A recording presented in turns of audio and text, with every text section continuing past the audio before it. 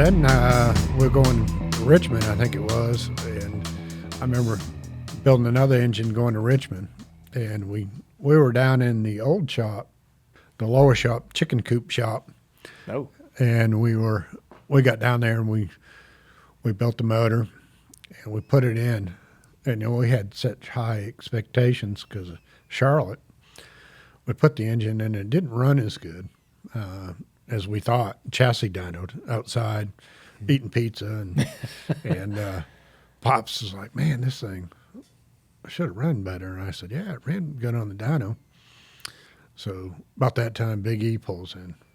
What are y'all talking about? I said, man, this thing don't chassis dyno like we thought it would. Pull it out. It was probably 8 o'clock at night before we're going to leave. So we pull it out. He said, you got another good one? I said, yeah, we got another good one. We might even got the Charlotte motor and changed manifolds and put it in. So all the guys were down there were all like pumped up, changing motors. And so we changed motors and ran good.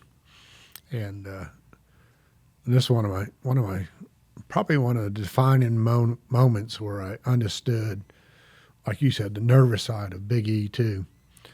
So he tells me, he says, listen, because when you go to Richmond, it's an in-pound race, and you qualify and then you're in-pound, so you don't have any more practice.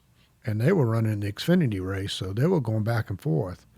So he says, you're my, you got to come talk to me and keep me posted if we're going to make this race or not. I'm like, all right. So I go over, we run like 5 laps, and we're like third.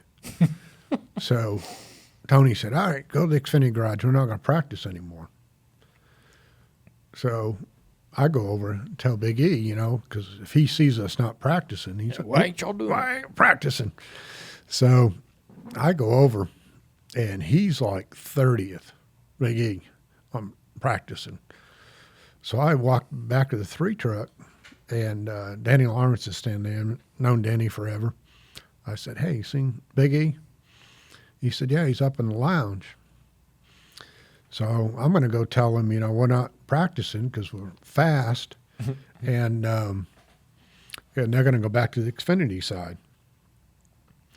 So I walk up into the 3-hauler, and he, remind him he told me to come tell him, So I walk up in the 3-hauler, and he said, what are you doing?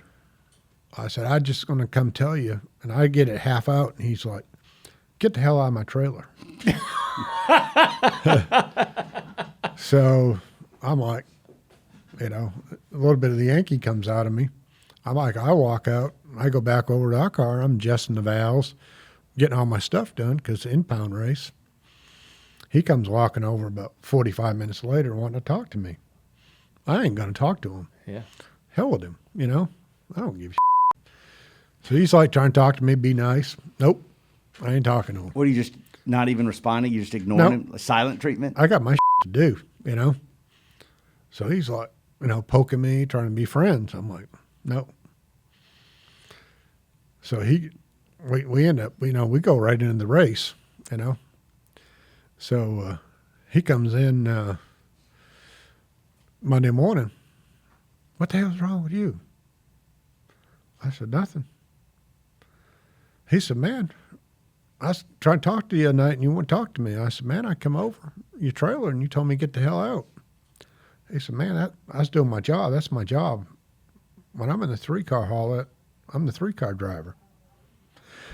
I said, you don't remember telling me to come tell you that how we were in practice? You didn't want to miss that race? Oh, yeah. He said, I did tell you. He said, but you can't walk up in the 3-hauler, Richie. You got to get them to come tell me to come to the back. Oh. I said, I get it. I was like, man, he's a 3-car. Yeah, and there was optics involved that he was probably paying attention to, yeah. Driver. And I said, that's how when he puts that damn fire suit on, he's that guy. Yeah.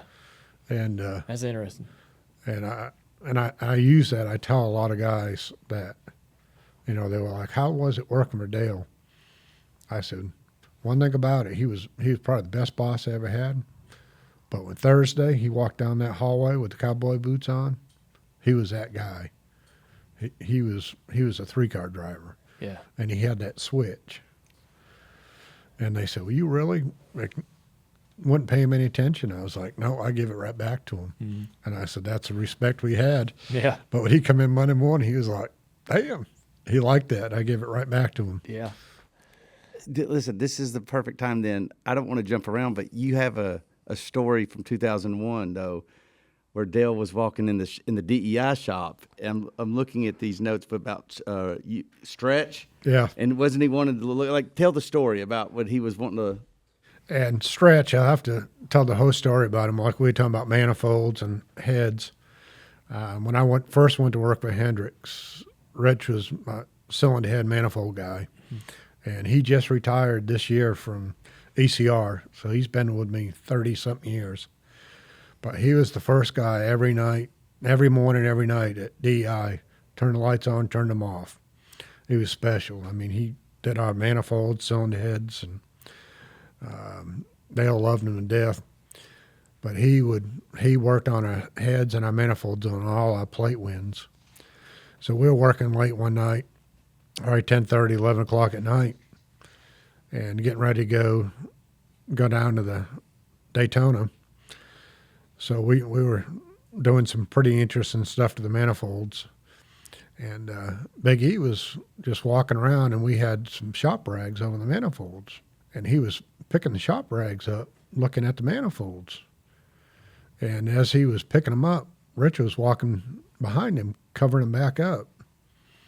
And Dale looked around, and he goes, "I ain't nobody in the shop but 3 of us. What's he doing?" I said, "Covering them back up." He said, "Why?" And I said, "You need to ask him."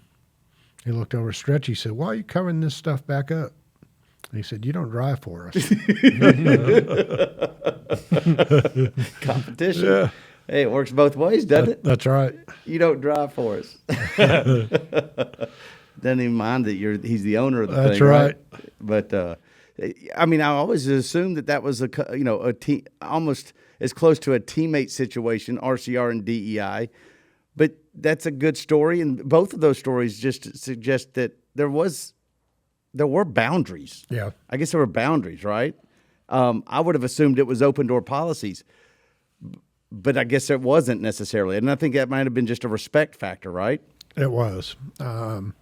We worked together. We had the RAD program. Oh, yeah. With Andy Petrie and Richard and DEI. All the notes were shared on the bodies and the wind tunnel data.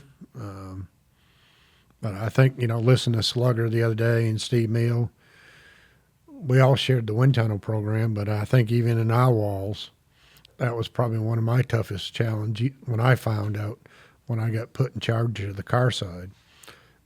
To get to share the data just in the shops was, guys, we need to race, but we don't need to race against each other. Was knocking the walls down within DEI was probably the toughest battle that I had to learn. Hey, if you like that video, like and comment below, and don't forget to subscribe so you'll never miss another piece of Dirty Mo Media content.